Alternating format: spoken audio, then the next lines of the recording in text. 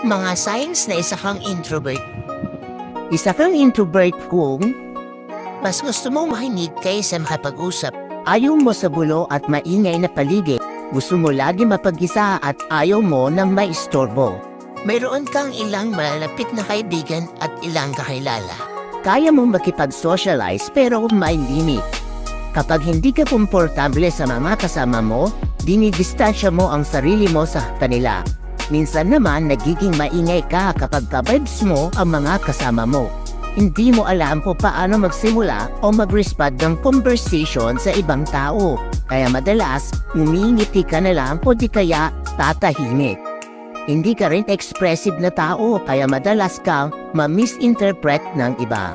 Straightforward kang tao pero madalas iniiwasan mo magbitiw ng masakit na salita kapag alam mong sensitive ang mga taong pagsasabihan mo.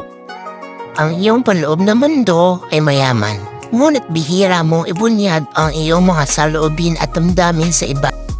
Hindi ka madalas lumalabas ng bahay, saka ka lang lalabas kung may importante kang gagawin o pupuntahan.